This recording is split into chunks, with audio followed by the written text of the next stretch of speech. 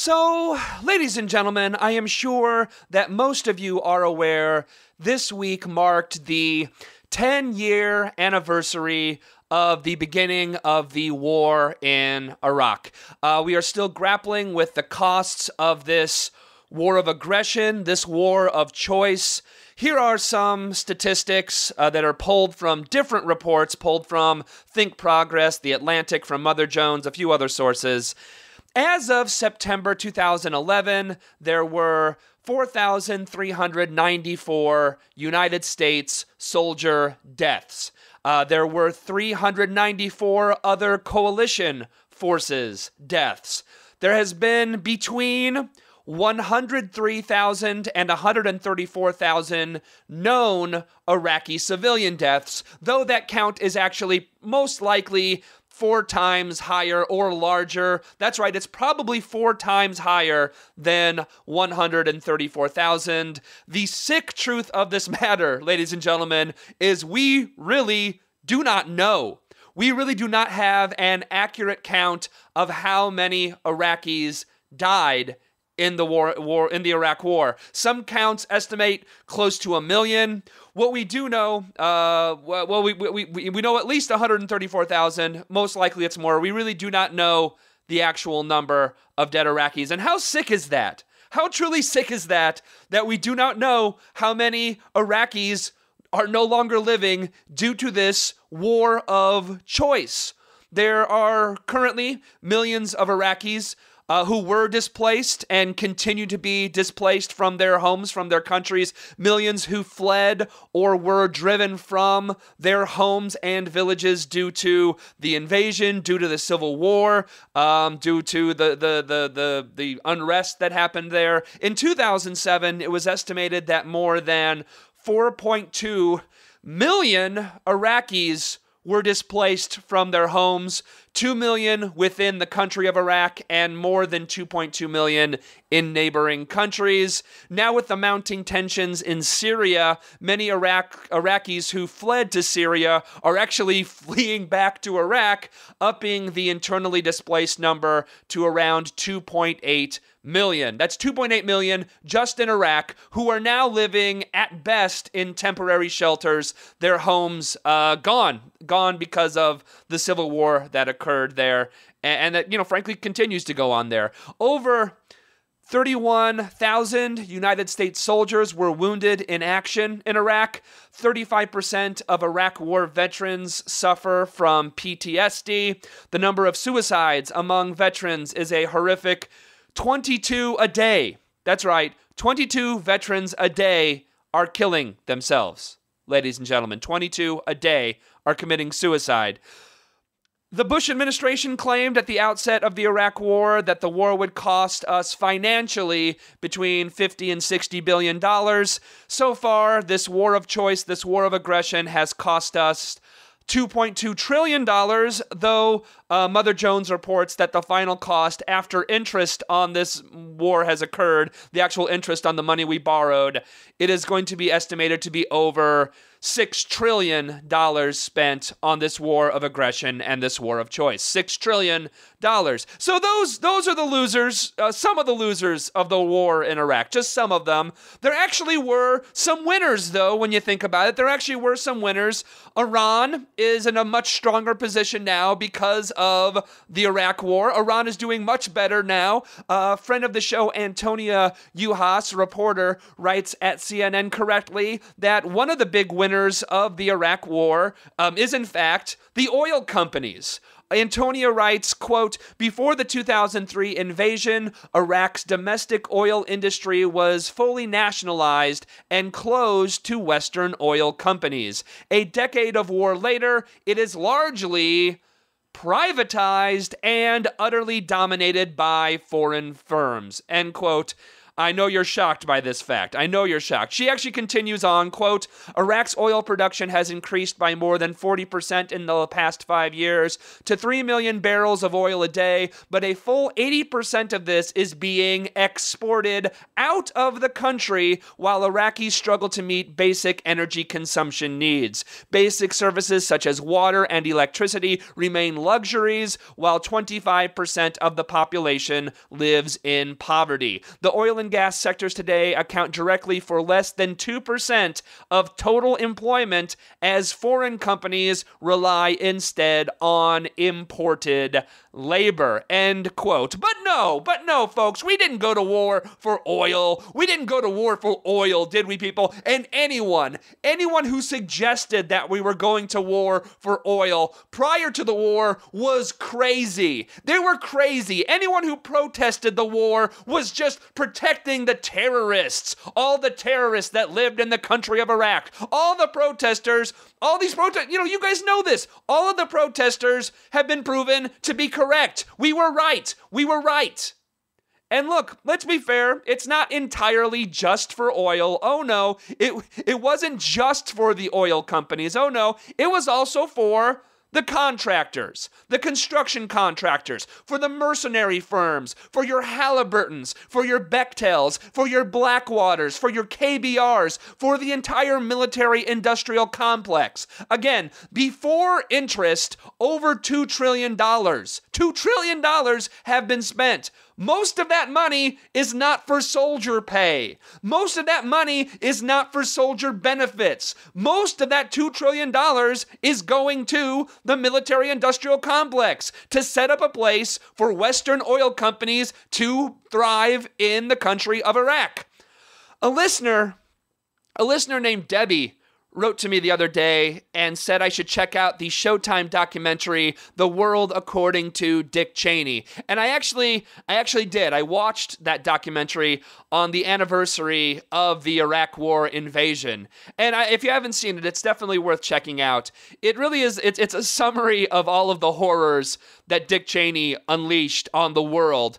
But to me, I knew pretty much most of the stuff that was in the documentary, but the big takeaway from the documentary for me was honestly Dick Cheney's continued arrogance, his continued denial of the failures of his war of choice, the continued failures of his war of terror, the continued failures of torture. You watch this documentary, you hear him being interviewed, and the man clearly, he has no regrets. He has no remorse. He does not seem to have lost a wink of sleep over the millions of lives that he destroyed. And I could take some time responding to that.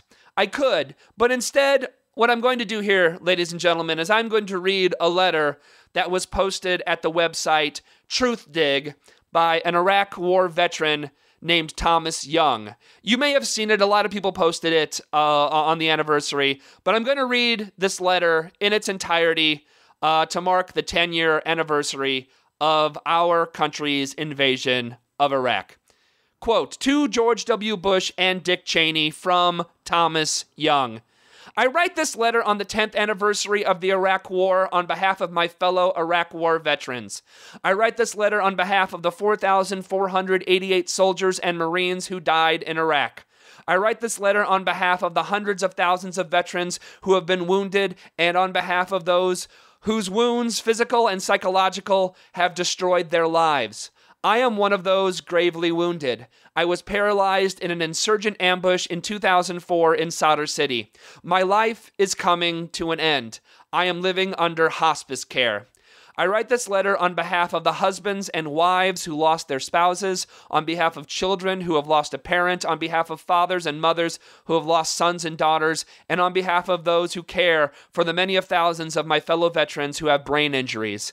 I write this letter on behalf of those veterans whose trauma and self-revulsion for what they have witnessed, endured, and done in Iraq have led to suicide, and on behalf of the active duty soldiers and Marines who commit, on average, a suicide a day. I write this letter on behalf of the some 1 million Iraqi dead and on behalf of the countless Iraqi wounded. I write this letter on behalf of us all, the human detritus your war has left behind, those who will spend their lives in enduring pain and grief. I write this letter, My last letter to you, Mr. Bush and Mr. Cheney, I write not because I think you grasp the terrible human and moral consequences of your lies, manipulation, and thirst for wealth and power. I write this letter because before my own death, I want to make it clear that I and hundreds of thousands of my fellow veterans, along with millions of my fellow citizens, along with hundreds of millions of more in Iraq and the Middle East, know fully who you are and what you have done.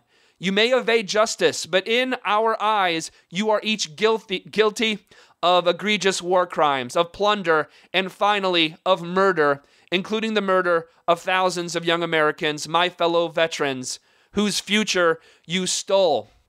Your positions of authority, your millions of dollars of personal wealth, your public relations consultants, your privilege and your power cannot mask the hollowness of your character. You sent us to fight and die in Iraq after you, Mr. Cheney, dodged the draft in Vietnam. After you, Mr. Bush, went AWOL from your National Guard unit, your cowardice and selfishness were established decades ago. You were not willing to risk yourselves for our nation, but you sent hundreds of thousands of young men and women to be sacrificed in a senseless war with no more thought than it takes to put out the garbage. I joined the Army 2 days after the 9/11 attacks. I joined the Army because our country had been attacked. I wanted to strike back at those who had killed some 3,000 of my fellow citizens. I did not join the Army to go to Iraq, a country that had no part in the September 11, 2001 attacks, and did not pose a threat to his neighbors, much less the United States. I did not join the Army to liberate Iraqis or to shut down mythical weapons of mass destruction facilities or to implant what you cynically called a democracy in Baghdad and the Middle East. I did not join the Army to rebuild Iraq, which at the time you told us would be paid for by Iraq's oil revenues. Instead, it has cost the United States over $3 trillion. I especially did not join the Army to carry out preemptive war. Preemptive war is illegal under international law. And as a soldier in Iraq, I now know, abetting your idiocy and your crimes.